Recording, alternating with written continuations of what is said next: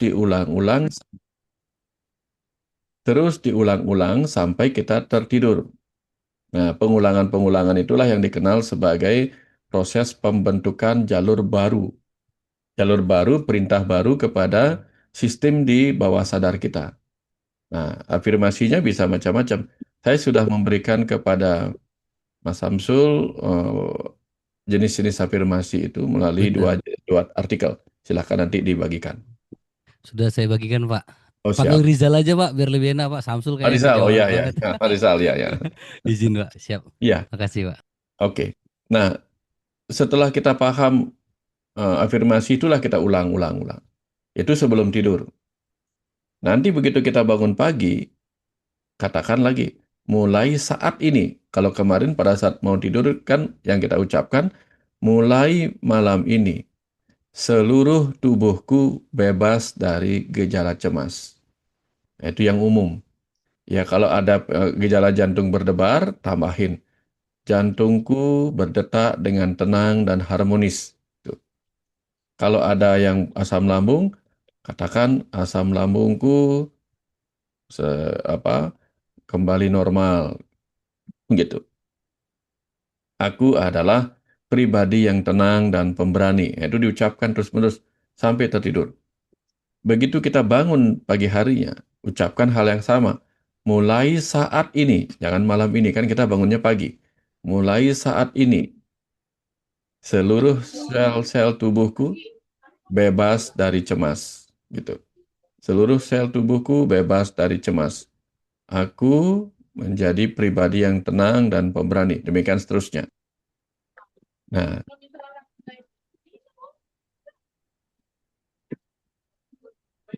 oke. Sebentar, Mbak Dian mungkin di ini kan. Mas Rizal, kalau bisa saya dijadikan co-host juga.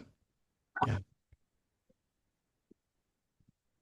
Nah, itu yang kita lakukan. Nah, pada saat kemudian dalam kehidupan kita, kita mungkin mengalami langsung. Ini setelah kita bangun pagi. Kita mengalami gejala lagi nih. Duk, duk, duk, duk, duk gitu misalnya jantung berdetak kencang. Segera katakan, saya tidak apa-apa. Saya tenang dan pemberani. Selalu ucapkan seperti itu. Nah, kapan kita mempunyai pertanyaan, misalnya ada pertanyaan muncul nih, aduh saya kenapa ya, gitu misalnya. Begitu ada pertanyaan saya kenapa ya, segera ubah pertanyaan itu menjadi pernyataan. Aduh saya kenapa ya, jawab segera dengan sendiri, saya nggak apa-apa. Gitu. Nah, itu caranya. Begitu kita mengatakan saya nggak apa-apa, seketika itu kita seperti memotong bibit liar dari rumput di halaman rumah kita. Sehingga rumput liar tidak sempat bertumbuh lagi. Ya, segera, jangan sampai saya kenapa ya kemudian mencoba mencari jawaban kemana-mana, nelpon si A, nelpon si B. Nah, selama mencoba mencari jawaban nelpon si A, nelpon si B untuk mengatakan kita baik-baik saja, nah itu udah banyak serangan muncul dari dalam. Kebayang nggak, seperlima detik, segera dia muncul gejalanya ulang. Tambah stres kita, karena gejalanya muncul lagi. Ya, jadi jawab sendiri, saya kenapa ya? Saya nggak apa-apa. Saya nggak apa-apa. Saya sehat, saya bahagia, saya tenang, saya pemberani. Beri perintah dia. Sehingga tubuh kita, oh, oh, ya dia menerima perintah baru. Oh ya, saya tenang. Oh ya, saya bahagia. Ketika dia sudah terus-menerus merasa dirinya tenang dan bahagia, sel-sel tubuh kita, organ-organ tubuh kita akan merespon dengan tidak lagi memproduksi hormon-hormon yang membuat kita stres, yang membuat jantung kita berdetak kencang, gitu. Nah, itu yang terjadi ketika kita sudah memberi perintah yang tepat kepada tubuh kita. Nah, itu kapanpun itu. Dan jangan takut ketika sudah pernah mengalami ini akan tahu. Saya mengalami ini selama 2 tahun. Nah, setelah saya mengalami 2 tahun, saya tahu. Saya tahu bahwa saya kena psikosomatik. Saya tahu saya kena cemas selama 2 tahun dengan segala macam gejalanya gitu. Ternyata yang saya tidak tahu adalah saya sedang dilatih oleh alam untuk merasakan sendiri bagaimana rasanya menjadi eh, seorang yang mengalami menderita. Nah, saya mau cerita sedikit ya.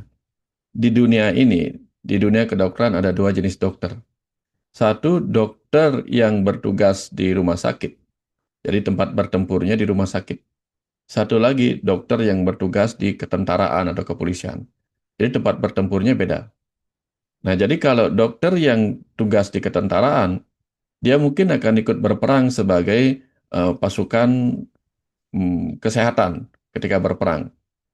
Nah, kalau dokter yang di rumah sakit, dia tidak akan berperang.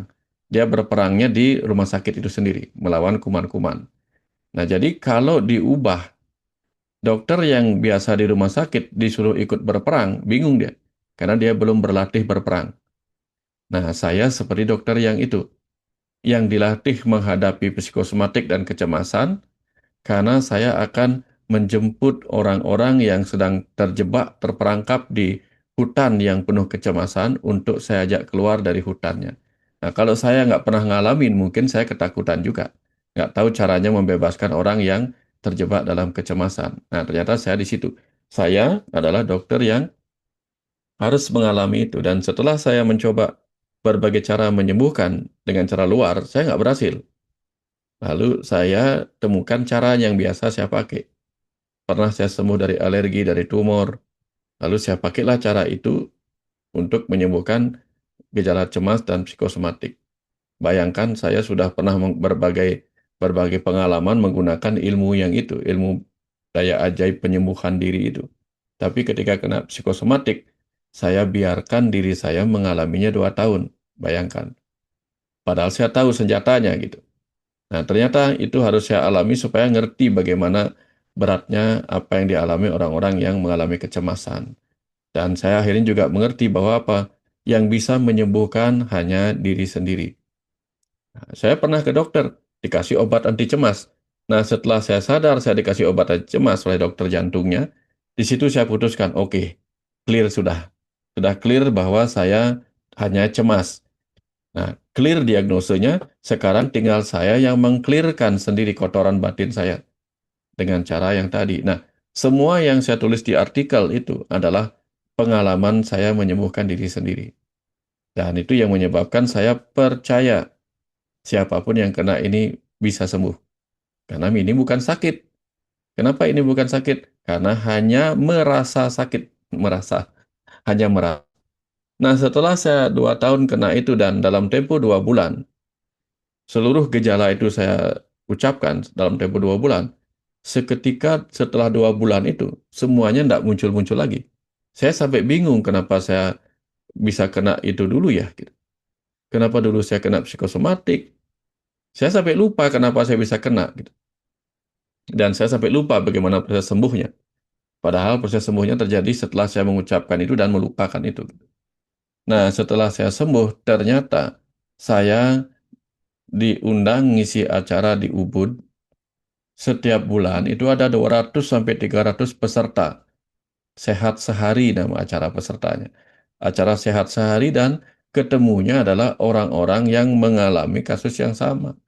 Ternyata banyak orang kena psikosomatik.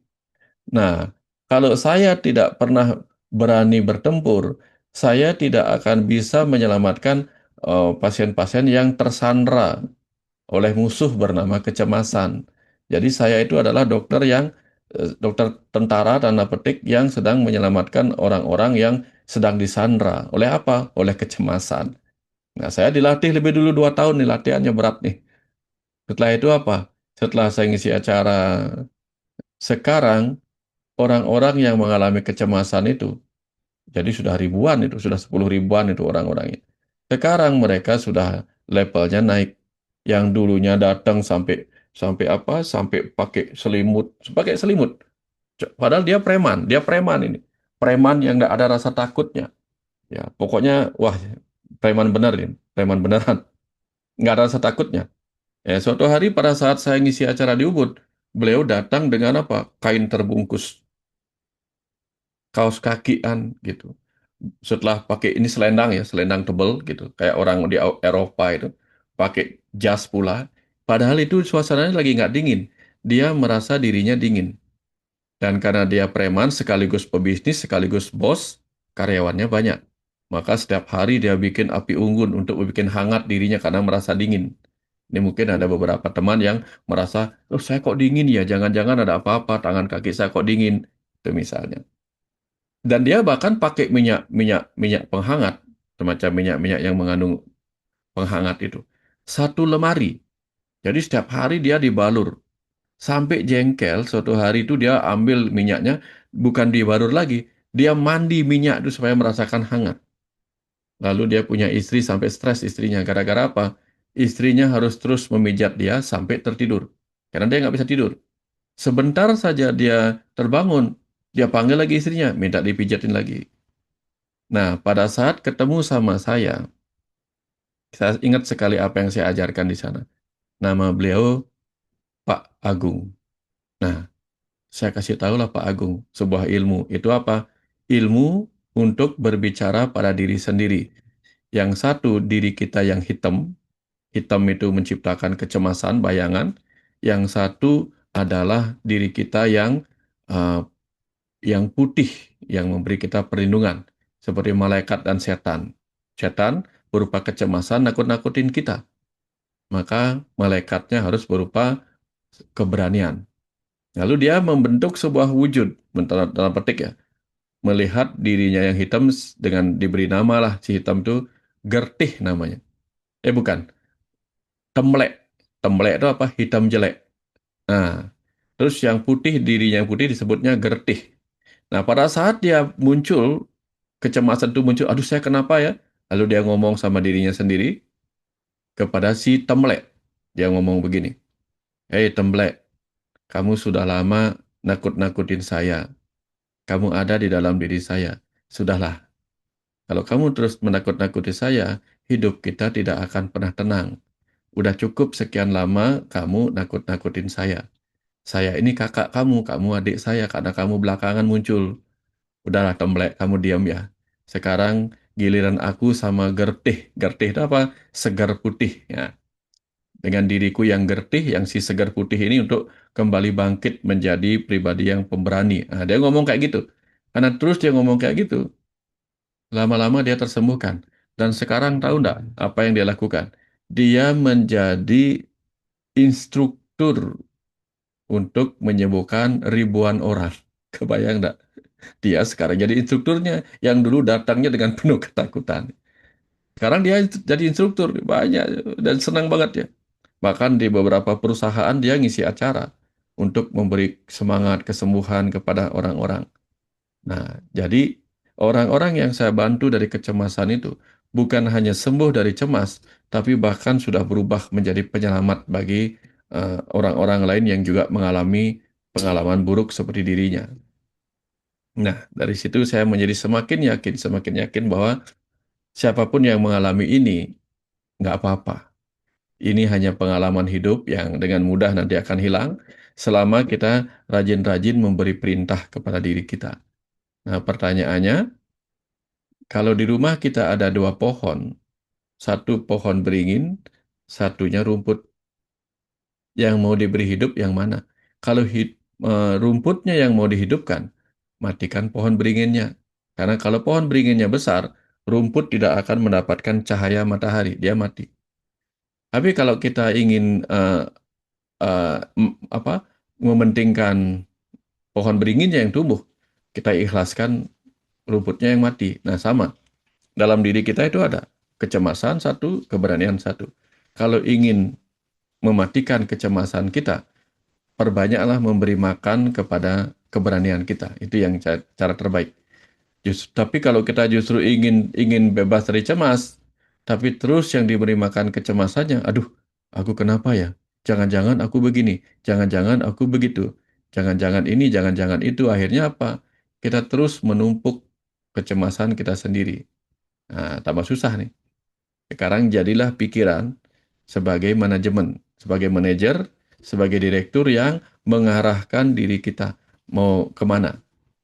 Kita ini Aladin, tubuh ini sebagai lampu wasiatnya, si jinnya. Nah, sekarang kita elus-elus nih si lampu wasiat ini. Elus-elus, kemudian apa permintaanmu? Kalau dia keluar jinnya dari dalam, kamu minta apa? Aku minta, aku izinkan tubuhku kembali sehat, kembali segar, dan aku kembali menjadi pribadi yang tenang dan pemberani.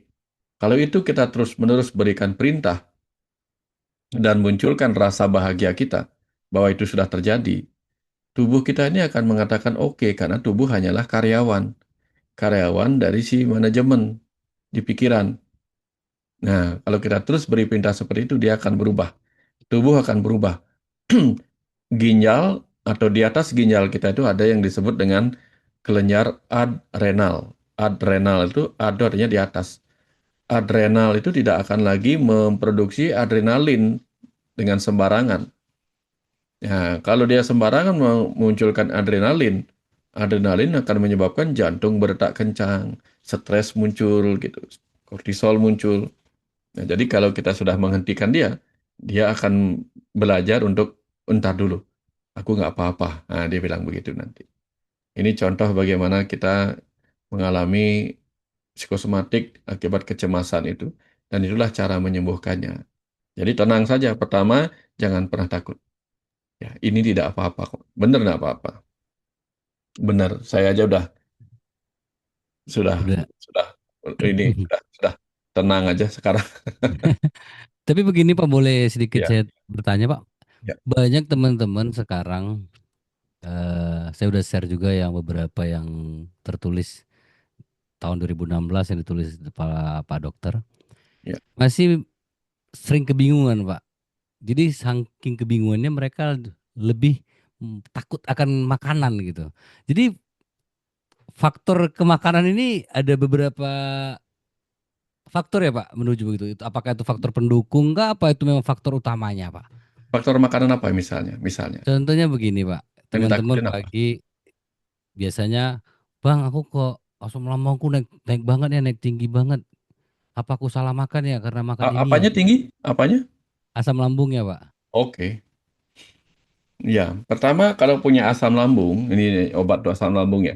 Saya dulu kan ketika asam lambungnya lagi tinggi itu, saya duduk aja itu kayak ada udara nekan ke atas. Jadi sakit banget di ini. Kayak udara nekan ke atas itu kalau lagi asam lambung. Apa yang saya lakukan? Setiap malam sebelum tidur saya katakan, mulai malam ini asam lambung saya normal. Lalu pagi-paginya saya pergi ke jalan. Nah, duduk-duduk di pinggir jalan, ngobrol sama teman-teman, saya ngobrol biasa aja. Lalu ada gang jamu lewat. Minumlah jamu kunyit sama kencur. Kencur itu vitamin B. Ya, kunyitnya itu mengandung anti radang. Saya nggak minum obat-obatan. Saya minum jamu, terus kadang saya beli jamunya sebotol. Jadi setiap saat saya minum jamu kunyit itu, kemudian eh, boleh tambahin madu, kalau pingin manis, boleh tambahin itu. Dan itu menghilangkan asam lambung saya yang tinggi. Nah, memang kalau asam lambung kita lagi tinggi, tentu kalau perih misalnya, kalau kita lagi perih kayak gitu, makan yang pedas tentu berefek, menambah perih aja. Ya, menambah perih aja sih. Itu seperti kalau kita lagi luka, kita kasihin garam atau kita kasihin alkohol, bagian tangan kita yang luka kan jadi perih juga. Tapi nggak Benar-benar apa-apa, sekali. nanti dihilangkan sendiri itu gitu. Makanan lain-lain nggak Makasih. masalah. Tapi kalau umurnya sudah umur di atas sudah 40-an gitu ya kurangi aja yang manis-manis. Kurang kurangi yang manis-manis walaupun hidupnya pahit gitu jangan manis-manis lah. Tetap aja. Nanti kalau Walaupun hidupnya pahit ya Pak ya, jangan terlalu yang iya manis-manis ya tetap. Pak ya. Nanti kan semua kalau masih pingin manis ya dikit-dikit lah. Terus Tapi satu, kalau masih pingin yang manis ini apa? Madu lebih bagus karena dia mengandung fruktosa bukan glukosa. Fruktosa. Ya, itu. oke Itu oke sih. baik Pak. Ya. Terus begini Pak, Heeh. dari pembahasan yang tadi saya mendengar satu kata bahwasanya ya kita harus menerima apa yang memang sedang terjadi gitu. Karena Pak Ya, Dokter sendiri sudah menyampaikan bahwasanya ya ini proses saya selama 2 tahun. Kenapa saya tidak ingin cepat sembuh? Karena saya ingin tahu apa sih sebenarnya pesan yang dibawa dari penyakit ini gitu ya, ya contohnya Pak ya. Nah, ya, ya, kebanyakan teman-teman dan bahkan saya dulu tidak paham bagaimana cara melakukan penerimaan ini seperti apa sih sebenarnya Pak? ya. Yang pertama gini, eh, pengalaman sakit itu, cemas itu, psikosomatik itu kan sudah ada dalam diri kita. Artinya dia sudah kita terima. Artinya Dia sudah ada di dalam diri kita, berarti kita sudah menerima dan kita mengalaminya. Yang tidak menerima itu adalah pikiran sadar kita. Nah, dalam ilmu kedokteran itu ada 5 fase. Ketika kita mengalami sebuah penyakit, akan terjadi 5 fase. Fase yang pertama namanya fase denial. Kita menyangkal, aduh, aku kenapa ya? Ah, nggak apa-apa deh, nggak apa-apa. Tapi menyangkalnya beda. Menyangkalnya, menyangkal tidak mau kemana-mana, tidak mau berobat, tidak mau mencari solusi. Itu menyangkalnya beda. Tapi kalau yang tadi saya katakan, itu penyangkalan untuk penyembuhan, lain lagi itu. Nah gini, karena setelah orang menyangkal dirinya sakit, yang kedua biasanya muncul apa? Anger, marah-marah. Aku kenapa sih? Aku kan sudah rajin sholat, sudah rajin ibadah, sudah rajin berbuat baik. Kenapa kena gini juga? Apa sih salahku? Apa dosaku? Nah, segala macam. Itu kalau dia awalnya menyangkal dirinya sakit, lalu akhirnya apa merasakan dirinya memang benar-benar sakit, akhirnya marah-marah. Tapi lewat marah-marahnya dia mengalami fase yang disebut fase bargaining, tawar-menawar. Oke lah kalau aku memang sakit, terus obatnya apa? Gitu. Nah, di sini biasanya obatnya itu ingin buru-buru sembuh aja. Pergi ke dokter ini, dokter itu, malah kadang-kadang pas pergi ke dokter ketemu orang sakit-sakit lain, tambah cemas lagi gitu. Nah, apalagi kalau diomongin sama teman, ketemu teman, "Luh, kamu kenapa ya kok pucat banget?" Nah, bertak lagi jantung kita, duk duk duk duk duk duk duk. Ya, kamu apa kabar? Kamu kok wajahnya gimana gitu, kok kelihatannya lemas banget gitu. Nah, tambah Oh, begitu di kurusan gitu ya, Pak. kok kurusan sekarang langsung duk duk duk duk duk duk duk gitu. Gitu. Terus jadi bingung kita gitu. Kita bargaining itu kita pergi kemana-mana, kadang lewat dari situ kita masuk fase depresi. Karena setelah bargaining, setelah mencoba kemana-mana nggak semua juga, masuk fase depresi, nyerah. Nah setelah kita depresi, lewat dari depresinya, masuk fase acceptance, penerimaan. Nah penerimaan inilah yang akan menyebabkan orang cenderung mengalami kesembuhan. Kenapa? Karena setelah dia bisa menerima, dia yang saya maksud ini adalah pikiran sadarnya, bisa menerima, dia nggak mengganggu lagi. Tidak mengganggu dengan, aduh, asam lambungku begini, jangan-jangan nanti, aduh, jantungku bertak kencang, jangan-jangan nanti begini. Nah, itu kan tambah mengganggu. Sementara kalau orang fase acceptance, dia sudah nggak apa-ngapain lagi, udah pasrah. Ya udahlah, mau apa aja udahlah gitu. Nah, justru ketika dia mengatakan, ya sudahlah gitu, pikiran sadar nggak mengganggu lagi proses penyembuhan alami dalam dirinya. Ini yang disebut dengan fase default. Default mood network. Jadi tubuhnya kemudian akan merespon untuk perbaikan-perbaikan karena tidak lagi mendapat perintah-perintah buruk dari si pikiran sadar. Jangan-jangan aku begini, jangan-jangan aku begini gitu. Nah, sekarang ini yang saya maksudkan untuk memberi afirmasi, untuk menyangkal aku nggak apa-apa gitu. Tujuannya supaya apa? Supaya si pikiran sadar nggak gangguin lagi gitu. Nggak gangguin lagi afirmasi yang sudah diberitahukan kepada tubuhnya gitu. Nah, kalau sudah demikian nanti pelan-pelan akan mempermudah proses penyembuhan. Ya, Baik, baik, baik. dapat ya? Ya. Dapat, dapat, Pak. Dapat ya, teman-teman ya. Ini Pak, Dapat. ada satu lagi Pak. Kan ada beberapa yang mengenai tentang anxiety ini sendiri Pak. Berasal dari mungkin kebanyakan kalau saya lihat ada yang trauma, masalah dari keluarga. Apa itu bisa mempengaruhi juga Pak seseorang menjadi anxiety disorder Pak? Ya, tentu. Latar belakang trauma itu kan. Ada orang yang di masa kecilnya hidup bersama orang tua yang cemas. Nah, kalau dia hidup dengan orang tua yang cemas, anak kecil itu belajar cemas dari ibunya atau dari bapaknya. Dia nggak apa-apa waktu kecil, tapi suatu ketika pas dia mengalami sebuah kondisi yang traumatik, reaksinya akan mengikuti reaksi yang dilihat sama orang tuanya. Nah, ternyata orang tuaku cemas. Nah, biasanya coba dicari. Biasanya pasti ada kaitan dengan orang tua yang pernah cemas. Nah, nah, yang menarik ini begini. Begitu seorang suami atau istri mengalami fase begini, dia kemudian minta minta tolong, minta perhatian sama pasangannya.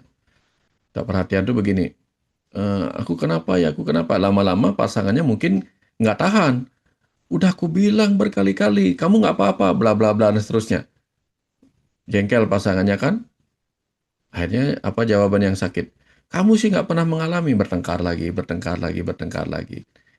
Nah, yang satu ingin ingin dimengerti, yang satu ingin Tidak mengerti. pasangan yang sakit itu mengerti bahwa kamu nggak apa-apa. Iya, Iya, aku nggak betul. apa-apa. Bagimu, tapi bagiku aku yang ngerasain udah bertengkar lah mereka. Makanya Bener, Pak, beberapa bener, bener. ya, makanya Kebanyakan beberapa seperti itu orang sih, yang Pak. beberapa orang yang mengalami ini saya sarankan kalau pasanganmu tidak mengerti, udah jangan dipaksa ngerti. Kamu tidak akan pernah membuat dia mengerti. Ya, jadi lebih baik cari orang-orang yang pernah mengalami hal yang sama. Itulah sebabnya komunitas-komunitas seperti ini akan sangat membantu.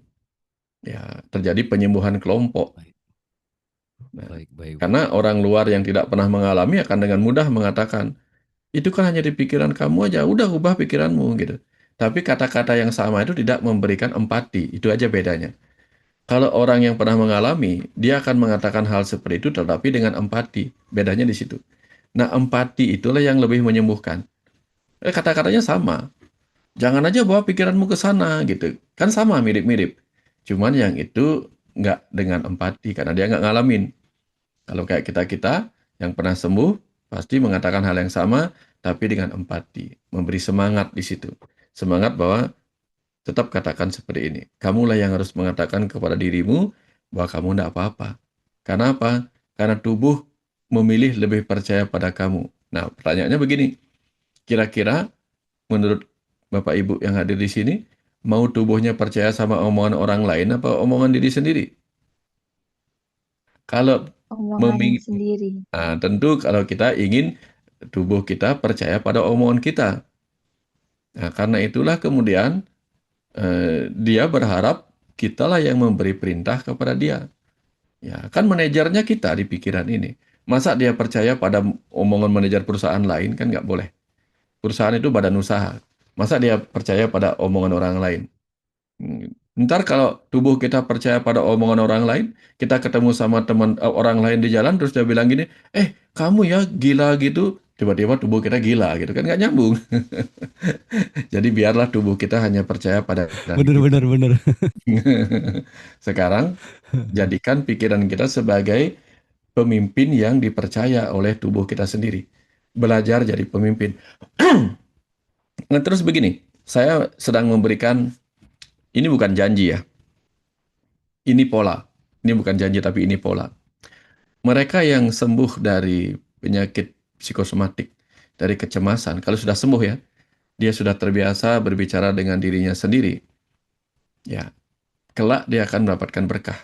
Berkahnya apa? Karena sudah terkonek kan dengan dirinya sendiri, dia terkonek dengan batinnya sendiri, kelak apa yang dia harapkan akan mudah menjadi kenyataan. LOA, Law of Attraction-nya itu akan mudah menjadi kenyataan. Tapi sebelum Tuhan memberi berkah, hal-hal yang bisa membantunya, pasti diberikan bahayanya. Nah, contoh nih. Kalau orang bermain latihan pedang, pasti dilatih dulu dia supaya apa? Jangan melukai dirinya sendiri. Bahaya loh kamu melukai diri sendiri. Orang yang bawa pistol, polisi misalnya, tentara misalnya, pasti dilatih supaya nggak sembarangan pakai pistol. Makanya dialah yang ditembak duluan, dilatih kan merayap ditembak. Kalau lengah sedikit mati. Nah, hal yang sama terjadi pada kita yang mengalami kecemasan dan psikosomatik ini. Kita kelak akan mendapatkan berkah di mana apa yang kita pikirkan akan menjadikan dengan mudah. Tapi sebelum itu, kitalah yang disuruh ngalamin duluan. Bahwa ketika kita cemas, ternyata efeknya buruk. Berpikir buruk tentang diri sendiri, ternyata benar-benar mengganggu kita. Bayangkan nanti kalau kita sudah sembuh, potensi kekuatan batin bawah sadar itu muncul dalam diri kita, dalam kehidupan kita, kita malah masih suka berpikir buruk tentang orang lain. Nanti kalau itu menjadi kenyataan kan berbahaya. Maka pengalaman menjadi orang yang kena psikosomatik adalah pengalaman yang sedang mempersiapkan kita untuk apa? Untuk hati-hati dengan pikiran kita. Karena pikiran kita tajam nantinya. karena sudah terkonek ke batin bawah sadar. Ya, kebayang maksudnya ya? Hati-hati. Nah, nanti kalau sudah lewat dari sini, nah, lebih baik gunakan untuk apa? Nah, aku ingin punya mobil. Aku lihat di depan garaseku ada mobil sesuai harapanku. Itu mudah menjadi kenyataan. Nah, yang baik saja mudah menjadi kenyataan, apalagi yang buruk. Makanya disitulah kita diajarkan untuk belajar jangan berpikir buruk pada diri kita, pada orang lain, sekalipun itu hanya bercanda. Jangan. Nah, nah, kalau sudah tidak berpikir buruk, tidak berucap buruk, apalagi bertindak buruk, itu kan aplikasi ajaran agama sebenarnya. Ya, tanpa kita perlu belajar agama pun kita akan menjadi orang yang beragama, dalam arti beretika yang baik. Kenapa? Karena kita tahu efeknya kalau kita berpikir buruk, terutama pada diri kita. Kita jadi takut marah. Kenapa? Karena kita sadar cemas saja membuat diri kita menderita, apalagi marah. Marahnya benar-benar ke dalam gitu. Benar-benar harus berhati-hati. Ya, kira-kira seperti itu. Baik, baik, baik. Keren sekali, Pak. Ya, silakan kalau Mas ada yang Jadi, Pak Dokter boleh kasih izin untuk bertanya ada beberapa orang, boleh? silakan, silakan. Ya, Silakan mungkin Mbak Aya, Mbak Queen atau siapa, Mbak Liske Saya, atau siapa? 5 orang aja ya, saya singkat-singkat. bang, Oke, saya silakan. bang. Mungkin Oke, Mbak Liske, Om Mbak Cecep. Endin, Selamat balik dulu malam. ya. Iya, ya silakan langsung, langsung. selamat malam Pak Mas. Wayan. Pak, Dari Bali saya juga ini nih kan Pak. ini apa namanya saya? Iya, saya kan gini Pak. Saya itu trauma hamil sama melahirkan. Bagaimana caranya untuk menghilangkan rasa itu, Pak? Saya Kayak diskusi dulu untuk sama, menenangkan diri sendiri. saya diskusi dulu ya. Saya diskusi dulu. Mana mana ininya. Eh, Mas bisa jadikan saya co-host Mas biar gampang gitu. Boleh Pak, boleh. Boleh, Ya, maaf Pak.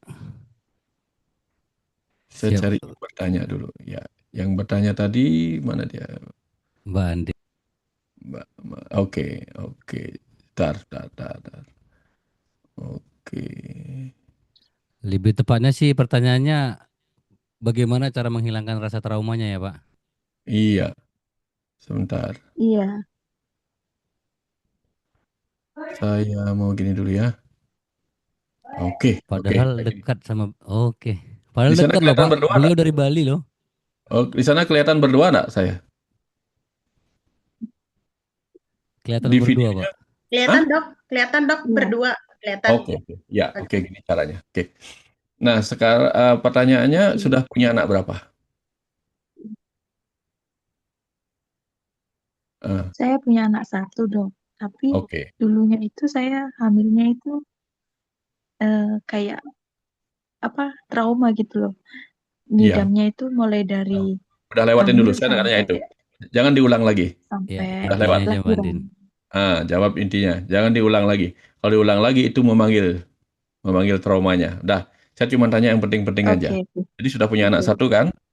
Umurnya berapa Iya, sekarang? iya. Umurnya sekarang berapa? Umurnya 13 tahun. Enggak, sekarang umurnya. 13 tahun. Enggak. Umurnya Mama Sheila berapa? Saya Ya, tiga eh, umur saya, dokter, iya. atau anak saya. Umurnya Mama Sheila berapa? Umur saya 32. Oh, 32. Masih pingin tiga punya puluh anak dua. lagi? Pingin punya anak lagi? Mau menuju 32 Mei. Mau punya anak lagi? Eh, pengen sih kalau saya sembuh dari anxiety ini saya mau Oke, program oke. gitu. Ya, oke. Kalau memang pingin sembuh, pingin punya anak lagi, maka ini layak dihilangkan. Satu gini, zaman sekarang, ya, Ibu tinggal di mana? Saya di Bali, dok. Oke, di Bali. Apalagi di Bali kan? Balinya di Balinya di mana? Di Denpasar, di Apalagi Pemecutan, apalagi di Denpasar. Denpasar Timur. Iya. Apalagi di Iya, Denpasar. Dah? Apalagi di Denpasar. penanganan kehamilan di Denpasar sudah sangat-sangat luar biasa. Dah, angka keberhasilan persalinan itu sangat-sangat besar. Ya, ya sangat-sangat canggih lah alat-alat sekarang. Jadi tidak ada orang Iya yang dok. takut hamil di zaman sekarang ini. Kalau takut sama sakitnya, bisa dilakukan tindakan operasi. Dan itu sangat-sangat aman. Sangat-sangat aman. Tidak ada lagi yang perlu ditakutin. Bahwa kemudian traumanya terjadi karena mungkin ngidamnya nggak enak gitu kan. Nah, Iya. gampang. Kalau ngidamnya nggak enak, nanti bayangkan. Setiap malam, kalau memang ada program untuk hamil lagi, bayangkan setiap malam. Lakukan afirmasi. Mulai nanti misalnya apa? Aku akan hamil lagi dan akan menikmati kehamilanku dengan penuh sukacita sampai anakku lahir, gitu misalnya. Itu yang kita beri perintah kepadanya.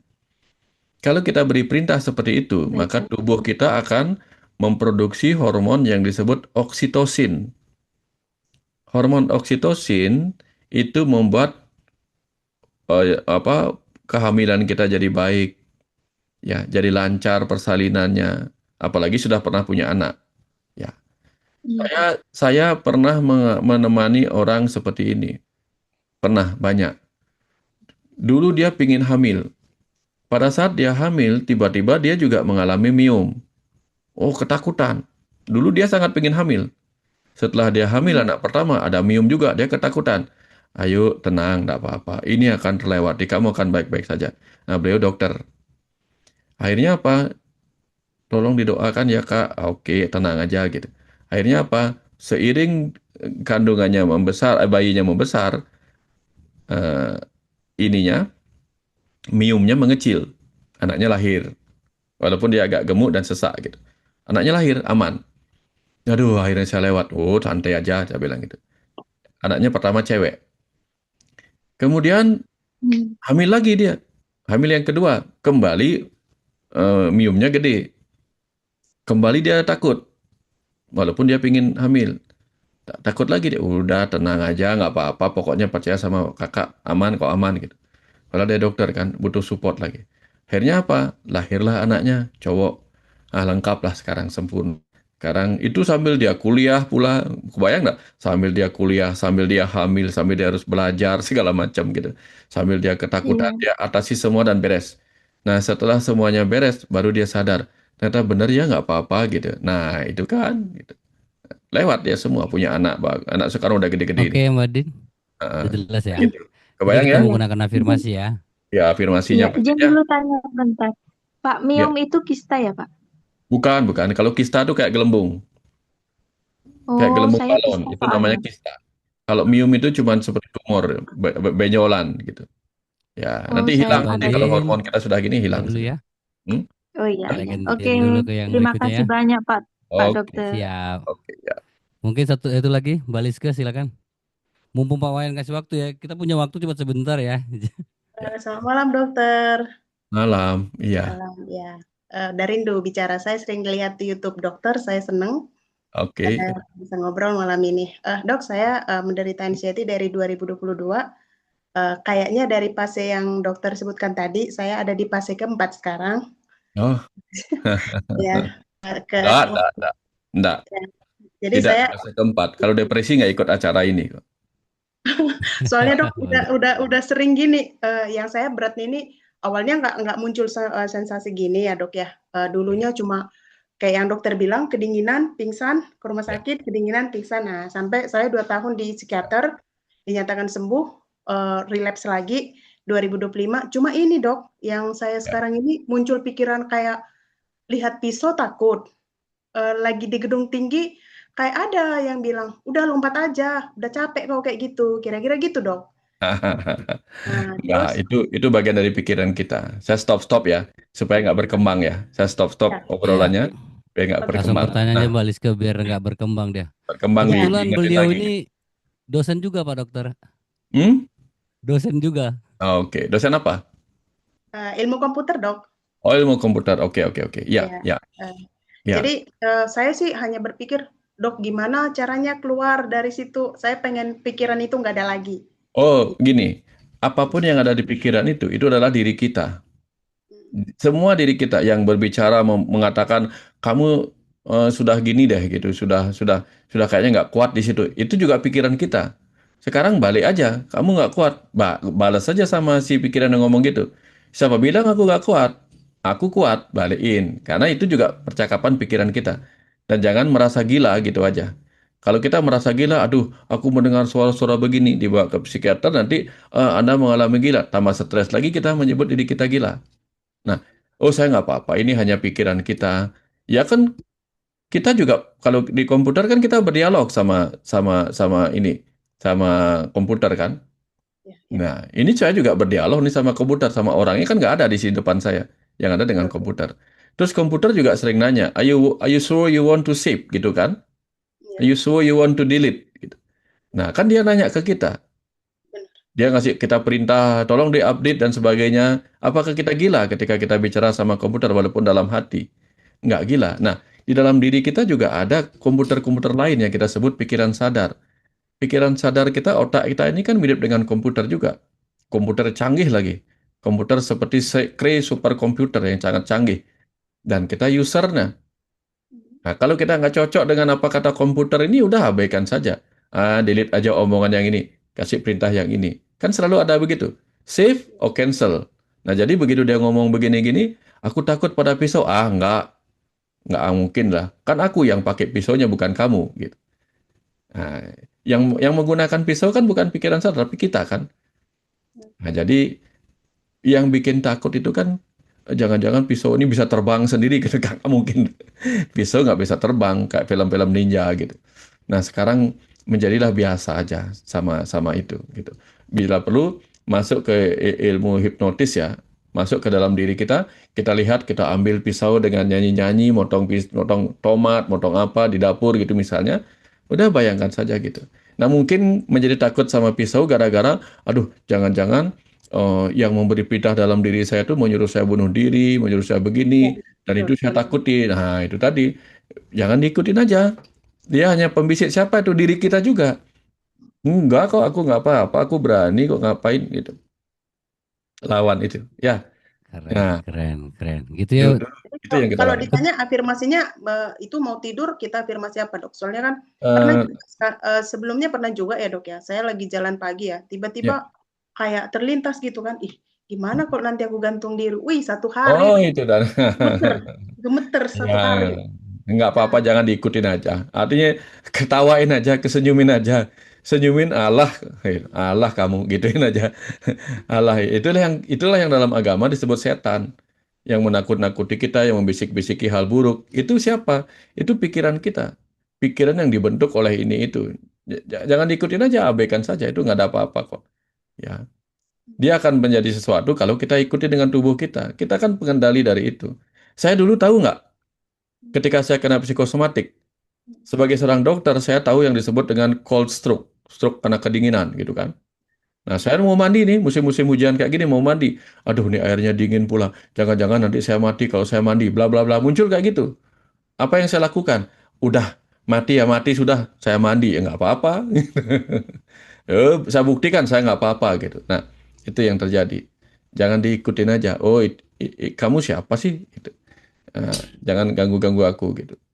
Nah, jangan sampai diterusin karena yakin itu adalah sosok lain dalam diri kita yang menyuruh kita ngambil ini, ngambil itu, dan kita ketakutan sendiri dan tambah tambah seakan-akan kita pecah kepribadian kita dengan diri kita sendiri. Gitu. Kebayang maksudnya ya? Nggak apa-apa, nggak apa-apa. Santai aja. Bilang aja, aku pengendali atas diriku, gitu. Setiap malam sebelum tidur ya, aku pengendali yang tenang atas diriku. Aku pemberani apa? Aku pengendali yang tenang dan pemberani menghadapi kehidupan ini atas diriku.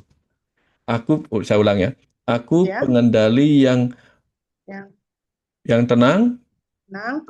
dan pemberani menghadapi kehidupanku. Gitu. Ya udah. Nah, supaya Oke, nanti yang kita dapatkan adalah kembali menjadi pengendali dan bukan dikendalikan oleh apapun yang di luar dan di dalam yang tidak penting.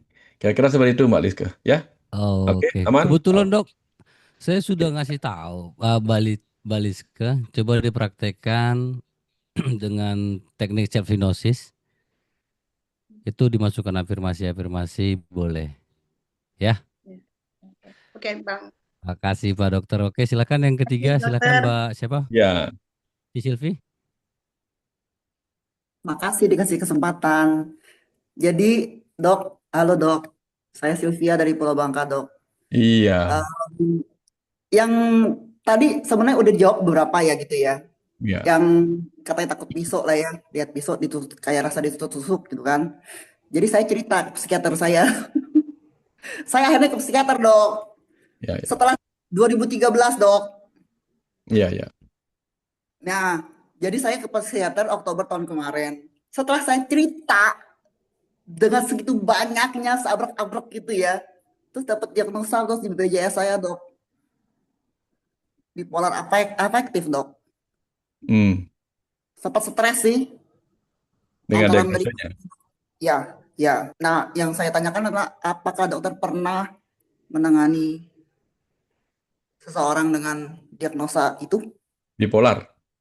Ya, Iya, itu. Kalau bipolar itu kan dua kutub yang bolak-balik kan. Kadang dia menjadi mania, kadang menjadi depresif. Nah, gitulah. iya. Nah, nah, kemudian saya ajarkan dia untuk afirmasi. Aku pribadi yang tenang dan seimbang. Saya selalu ajarkan dia begitu. Dia ulang-ulang aku pribadi yang tenang dan pemberani. Sehingga dia tidak segera ke ekstrem kiri, ekstrem kanan, ekstrem depresi, ekstrem yang apa?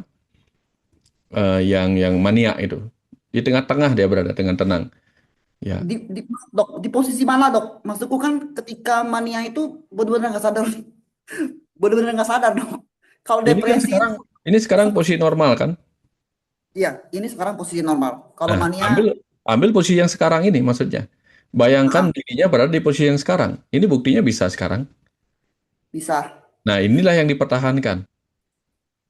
Nah, bayangkan apapun sebutan atas kondisi saat ini, apapun sebutannya, mau mau Mbak Sylvia menyebut ini adalah kondisi sejati gitu misalnya kan? Hmm. Rasakan sekarang seperti apa kondisi yang sekarang ini sebagai sebuah kondisi sejati.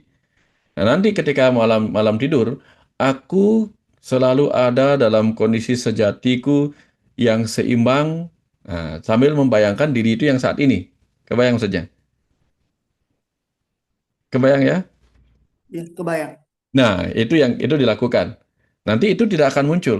Kenapa? Karena pikiran kita bukan otak yang multitasking. Dia hanya bisa melihat pada satu hal.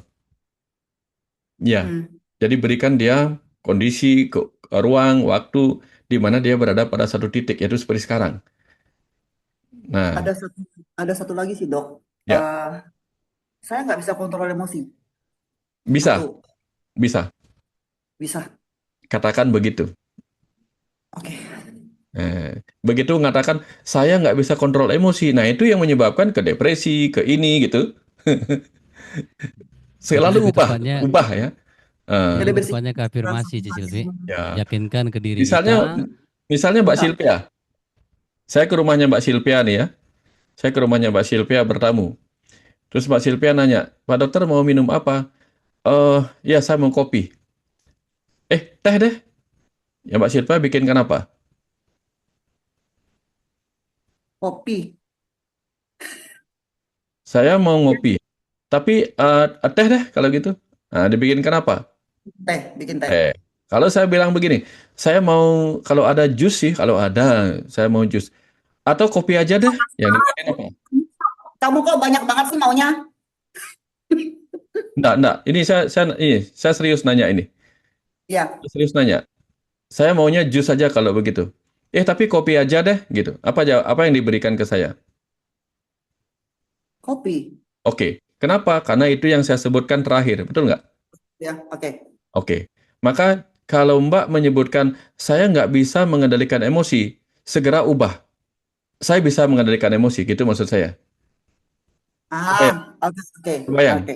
Nah, Poinnya, ya. ubah segera ke pernyataan terakhir supaya itu yang diingat sama tubuh kita. Dapat ya? Aduh, sampai merinding, Dok. Hah? Dapat Sampai ya? merinding. Oke. Ya. Nangkap, Ya, nangkap. karena saya ngomong juga lagi merinding. Udah. Iya, iya, saya merinding nih. Saya lagi kalau serius itu biasanya karena dapat sesuatu jawaban, makanya agak merinding. Makanya saya bilang saya lagi serius ini gitu. Iya, dia merindingnya sampai sini. Iya, iya, iya. Udah, pakai itu ya. Kapanpun muncul, kalau gini langsung enggak, saya begini gitu. Saya nggak bisa mengendalikan diri. Oh enggak, saya bisa. Gitu. Balik segera. Ya, ya. Berarti berarti seakan-akan kita tuh denialin aja gitu ya. Bukan Enggak. denial. Sebenarnya kita hanya mengubah begini gitu. Oke, oke. Kita memberi perintah yang lebih baru menggantikan perintah yang sebelumnya, begitu. Berarti itu Ya, perintah Oke, ke Ci Silvi. perintah ke Pak, dapat otak ya? berarti. keren ya. Oke, betul, Dok. Makasih banyak, Dok. Oke, sama-sama. Ya, Siap silakan. teman-teman. Pak Dokter memang terima kasih banget ya. Izinkan dua orang lagi ya Pak Dok. Ada Mbak Ya, Dia. silakan, silakan. Aman, aman. Ya. Kebetulan Ci Silvi ini dokter gigi juga Dok. Oh, Jadi di tempat saya ini kalau ada dosen, artis, dokter, gitu teman-teman sekalian. Oke silakan Mbak Dia di unmute ya Mbak Ci Silvi. Ya, Makasih Ci Silvi. oke. Selamat malam, Dokter Ryan. malam. Kebetulan saat ini, ya, kalau saya sudah, alhamdulillah sudah sembuh ya, dan menjadi salah satu pendamping teman-teman di sini, gitu kan ya. Dengan background saya sebelumnya tuh 10 tahun anxiety dan psikosomatis ya. Stres, depresi, psikosomatis, anxiety, dan PTSD lah. Nah, alhamdulillah sudah sembuh tuh ya. Nah, temanya ini tentang kayaknya ujiannya tuh waktu anxiety itu ya tadi tentang banyaknya itu tentang kemelekatan gitu. Jadi banyak ditinggal oleh orang terkasih lah dari orang tua, kedua orang tua gitu kan, dokter. Kemudian apa orang yang merawat saya di sini kebetulan terus kemudian saya berpisah gitu kan semuanya. Terus qadarullahnya saat ini kan saya lagi diuji lagi nih ya tentang jadi pengulangan ujian gitu kan ya intinya. Saya baru ditinggal kakak laki-laki saya satu-satunya saat ini. Jadi saat ini tuh sekarang saya lagi sendirian lah gitu ya, tidak punya kedua orang tua, tidak punya pasangan, tidak punya kakak gitu ya. Dan alhamdulillahnya kan semuanya itu kan ujian apa ya, spiritual awakening udah saya lalui tuh di tahun sebelumnya dan akhirnya Baik. saya apa kesadaran saya bangkit gitu. Dan Langsung saya pertanyaan minta aja tahu Mbak Dia. tuh, iya ya, tips-tipsnya untuk melewati masa ini buat teman-teman juga yang lagi Tipsnya ditinggal, lewati maksudnya apa, Mbak? banyak Lewati ditinggal. masa kesendirian maksudnya ya? Itu, iya kemelekatan gitu. Yang kan banyak tuh orang yang ditinggal meninggal dia jadi terkena anxiety gitu. Oke, oke, Itu oke. Ya, ya, gimana? ya. Oke. Pak Itu Habibie juga intinya. dulu. Pak Habibie juga dulu ketika kehilangan istrinya jadi melekat kan. Gitu ya. Jangan lupa ya, kita lahir sendirian, nanti juga kita mati sendirian. Kematian itu adalah sebuah kepastian, nggak ada yang bisa dihindari. Semua orang akan mati. Cuman kita menjadi ketakutan akan kematian karena kita diajarkan oleh agama yang mendoktrin kita dengan penuh ketakutan. Jadi, satu-satunya kebenaran adalah kepastian. Satu-satunya kepastian adalah kematian. Dan lucunya, kita semua mencari kebenaran, tapi takut pada kebenaran sejati, yaitu kematian. Sebagai sebuah jalan kita untuk terbebas dari alam neraka ini, alam manusia ini. Alam manusia ini alam neraka, penuh penderitaan. Kena psikosomatiknya aja udah menderita, apalagi yang lain-lain gitu. Nah, jadi eh, terus dalam agama Islam kan diajarkan innalillahi wa inna ilaihi rojiun.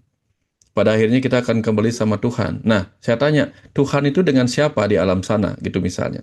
Yang dikenal Tuhan itu dengan siapa di sana? Ada berapa Tuhan di sana, Mbak? Dia Satu, ada satu, satu. sendirian berarti ya.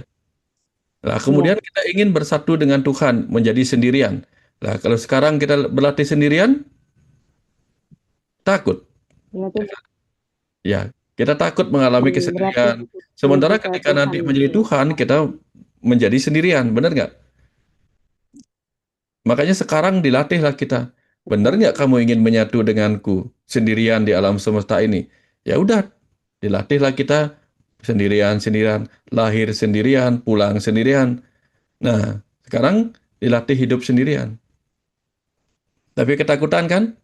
Nah, kita harus dilatih. Ini latihan untuk menghadapi ketakutan sendirian itu. Karena pada saat Pada saat nanti menua pun kita sendirian. Anak cucu udah harus menjalankan kehidupannya sendiri. Tapi sebenarnya Jadi kita tidak benar-benar sendiri kok.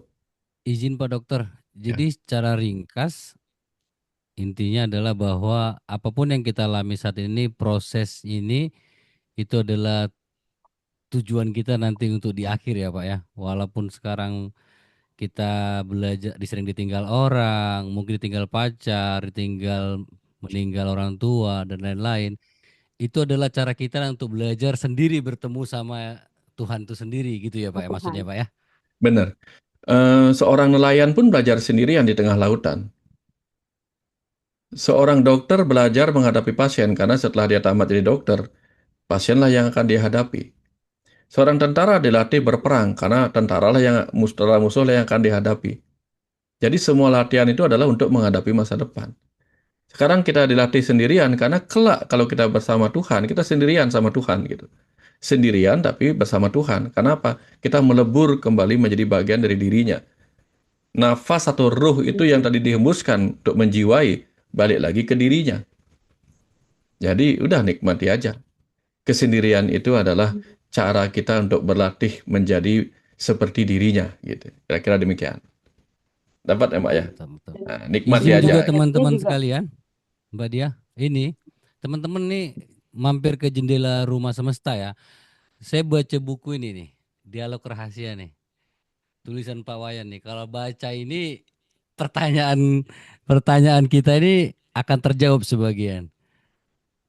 Kalau kita memahaminya gitu teman-teman. Jadi saya setuju banget yang kata Pak Wayan tadi dan terima kasih pengetahuannya Pak. Itu kenapa saya sendiri saat ini itu adalah bertujuan membentuk kita, membentuk kalian untuk menjadi sesuatu menghadapi ke depannya. Gitu. Mungkin lagi Mbak Dia? oke, oke. Dan sejatinya juga kita nggak sendirian kan ya dokter ya, bahwa Enggak. memang ada Tuhan juga di dalam diri kita kan, Benar. karena kita juga bagian dari Tuhan gitu. Iya benar. Dan Percikan teman kecil ya, dan Dok. teman-teman, iya percikan kecil. Makanya disebut sejati. Se itu artinya apa? Sejati. Satu. Jati itu artinya benar.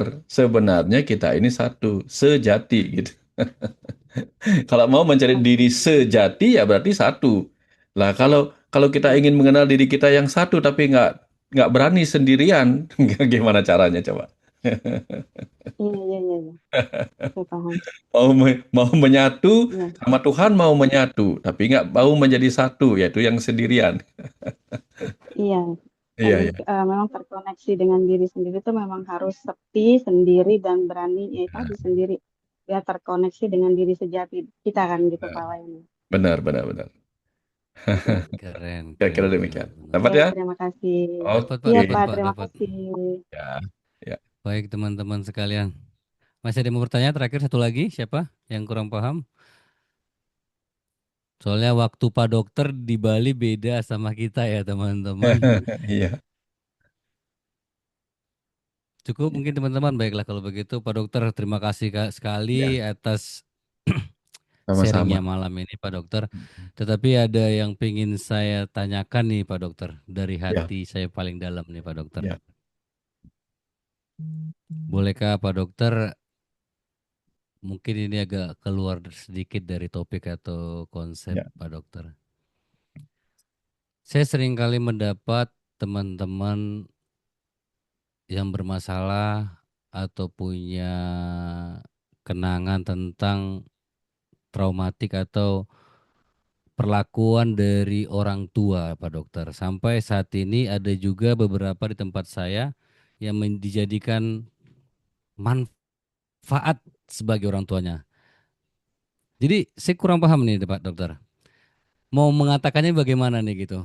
Takutnya saya juga salah salah penyampaian.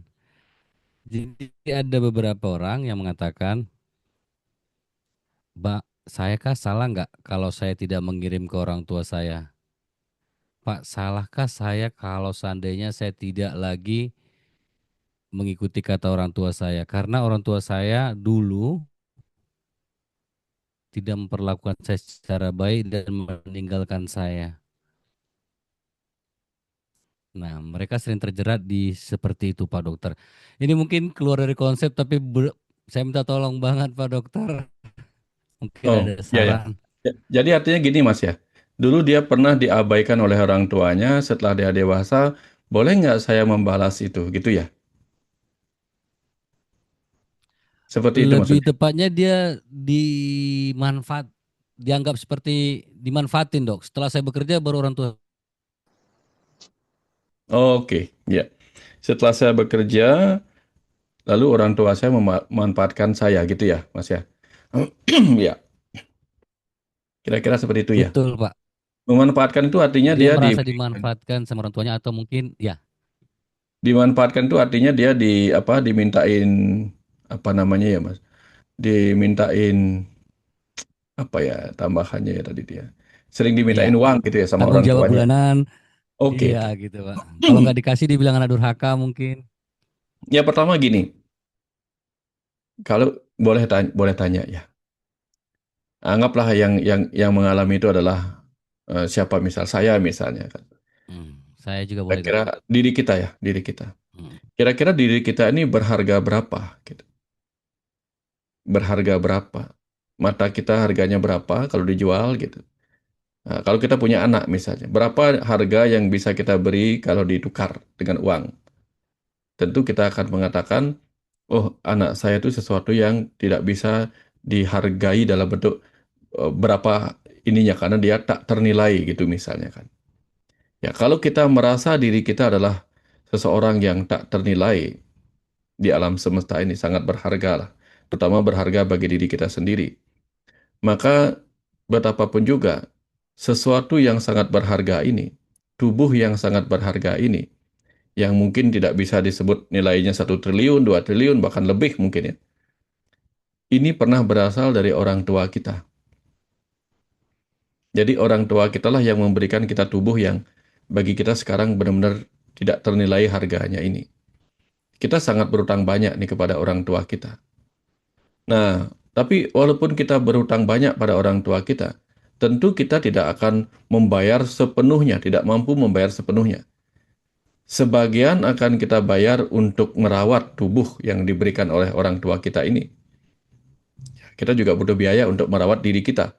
Karena kita sangat menghargai tubuh yang pernah diberikan oleh orang tua kita ini. Nah, orang tua yang baik biasanya tidak akan menuntut balik. Tidak akan menuntut balik supaya kita menghargainya. Tapi kalau dia menuntut balik, maka kita juga berkewajiban untuk membayar. Karena berapa banyak pun yang dia minta, itu tidak ada artinya daripada tubuh yang tak bernilai ini. Maka kita bagi dua lah. Sebagian kita pakai untuk merawat diri kita sebagai berkah yang tak ternilai dari orang tua kita. Sebagian mungkin kita bayar bunga-bunganya gitu kepada orang tua kita. Nah, artinya apa? Semampu kita boleh kirimkan apa yang bisa kita berikan kepada orang tua kita. Saya biasa memberikan kepada ibu saya, ibu dari istri saya, bapak dari istri saya biasa memberikan. Setiap hari raya saya kirim ke rumah, ya. Dan saya selalu pantau di rumah ibu sudah punya apa, enggak, udah kirim ke sana gitu. Nah, artinya apa? Saya merasa istri saya atau diri saya adalah sesuatu yang tidak ternilai, sehingga saya harus balas itu. Tapi selalu intinya adalah semampunya, seikhlasnya. Gitu. Jangan sampai kita mengirim tanpa keikhlasan. Atau kita tidak memberi tapi merasa durhaka. Ini dua-duanya nggak baik. Tidak mengirim ke orang tua merasa durhaka. Memberi tapi juga merasa tidak ikhlas. Dua-duanya juga durhaka. Nah, dua-duanya. Jadi kirimlah semampu kita dan diberikan apa namanya penjelasan pada orang tua bahwa hanya segitu yang kita mampu berikan karena kebutuhan kita juga banyak. Ya, itu. Ini yang disebut dalam ajaran kami di Bali disebut sebagai pitra rena. Pitra rena. Rena itu artinya utang. Pitra itu orang tua, leluhur yang masih hidup. Ada leluhur yang sudah berpulang, ada leluhur yang masih hidup. Nah, jangan sampai juga banyak kejadian di Bali nih. Begitu orang tuanya meninggal, semua rebutan melayat. Semua rebutan memperlakukan dengan baik. Tapi pada saat hidup, nggak ada yang ngurusin orang tua. Ini juga nggak baik. Kenapa tiba-tiba semua orang rebutan untuk merawat orang tuanya yang sudah meninggal, untuk dikubur, untuk diupacarain? Ternyata karena di balik itu ada warisan. Nah, kalau ada warisan, semua ngerebutin. Kalau nggak ada warisan, semua nggak berebut untuk merawat. Ini yang sering terjadi. Nah, tinggal pilih Baik. kita mau menjadi seperti itu atau gimana. Maka pakai jalan tengah. Kirim seikhlasnya, semampunya, tanpa merasa durhaka karena hanya sekian bisa membantu. Nah, jangan Baik, juga baik. membantu dengan tetap tidak ikhlas, yang juga berbahaya. Kira-kira seperti itu. Terima kasih Pak Dokter, terima kasih Pak Dokter, terima kasih juga waktunya. Jadi intinya di sini bahwasanya jangan sampai kita merasa durhaka, Iya, tapi jangan sampai juga kita sampai tidak merawat diri kita yang telah diciptakan, yang diberikan oleh orang tua kita ya dok. benar-benar. Semua dikasih ke orang tua juga nggak baik. Nanti kita kebingungan jadi sendiri kan gitu. Baik, baik, baik. Ya, rawat yang Juga memberikan, rawat yang diberikan gitu intinya. baik Pak Dokter, baik Pak Dokter. Ya. Mm. Ini nggak terasa udah jam 9 juga di sini, jam 10 di sana Pak Dokter. Iya betul. Besok berangkat Iya, Jakarta Pak Dokter. iya, iya. Besok prepare lagi nih. Habis ini saya langsung ngebikin PowerPoint lagi. Baik, baik Pak Persiapan Dokter. karena besok sudah harus ini. Ya, oke. Boleh Ya, kasih satu pesan buat kami yang ada di sini sebelum Pak ya, Dokter mengakhiri acara kita Pak Dokter. ya. Terima kasih ya. Terima kasih. Ini mungkin pesan yang harus direnungkan. Jika Tuhan adalah sang waktu, maka sampai saat ini kita semua sedang masih diberikan waktu. Jika kita masih diberikan waktu, pertanda Tuhan masih menemani kita sebagai sang waktu. Jika sang hidup dalam diri kita adalah percikan dari Tuhan, maka selama kita masih hidup saat ini, itu pertanda Tuhan masih menemani kita sebagai sang hidup yang Dia hembuskan ke dalam diri kita. Jika Dia ternyata masih menemani kita, dalam ajaran Islam diajarkan, kemanapun engkau menghadap, di sanalah wajah Allah. Kalau kita menghadap kemanapun masih terlihat wajah Tuhan di situ, berarti kita sedang ditemani Tuhan di mana-mana. Kalau kita sadar bahwa diri kita sedang ditemani Tuhan di mana-mana, apa yang harus ditakutin lagi? Kita sudah bersamanya, ditemaninya dari dalam, ditemaninya dari luar, masih diberikannya makan, masih diberikannya udara untuk masuk, masih diizinkannya jantung kita berdetak dengan kencang, berarti tanda-tanda kita masih dijaga sama Tuhan. Kalau dijaga sama Tuhan pun kita masih ketakutan, lalu kita akan beraninya kalau dijaga sama siapa? Ah, kira-kira seperti itu renungannya. Kita sudah Baik, bersamanya, berhenti untuk takut dan jalani kehidupan ini dengan banyak kenikmatan yang luar biasa. Ya, bunga-bunga masih indah, kicau-kicau burung masih merdu, ya, langit masih biru, matahari masih memberi kehangatan, ya, suara gemericik air hujan masih menenangkan kita. Udah nikmati saja. God everywhere, Tuhan di mana-mana, jangan takut. Kira-kira seperti itu, Mas Isal. Ya. terima kasih banyak Pak Dokter atas waktunya. Terima kasih teman-teman juga yang udah Ya. hadir. Saya merasa sangat terhormat dan banyak terima kasih. Semoga kita bisa ketemu lagi nanti di Bali ya Pak Ya, Dokter. Saya ya, pengen siap. Nanti ngobrol saya banyak. siapkan waktunya lagi ya. Siap, Kapan-kapan kita izin Pak cukup Dokter. waktunya. Terima kasih banyak ya. Sehat terus Izin ya, Pak semua Dokter. sehat terus. Jangan takut. Pokoknya sembuh. Mau sembuh kapan? Sebulan lagi.